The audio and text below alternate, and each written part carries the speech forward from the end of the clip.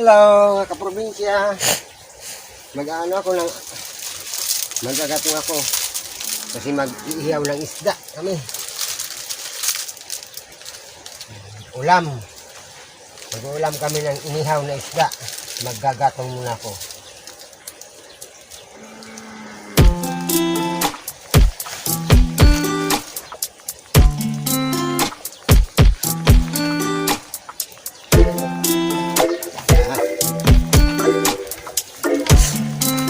Ihawin ko yung isda.